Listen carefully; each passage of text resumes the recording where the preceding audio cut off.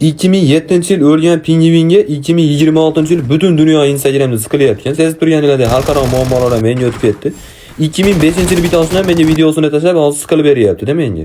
Ha desam, dunyo qahramonidan ajralgan deydi. Ye?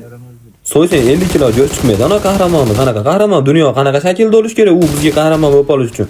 Shuncha podshoh, sarkardalar o'lib ketgan, ismini bilmaydi hali yo'qsa. Tek ko'rsangiz Kapitan Amerikan prezident deb o'ylaydi. Zami Человек Паук deb o'ylaydi.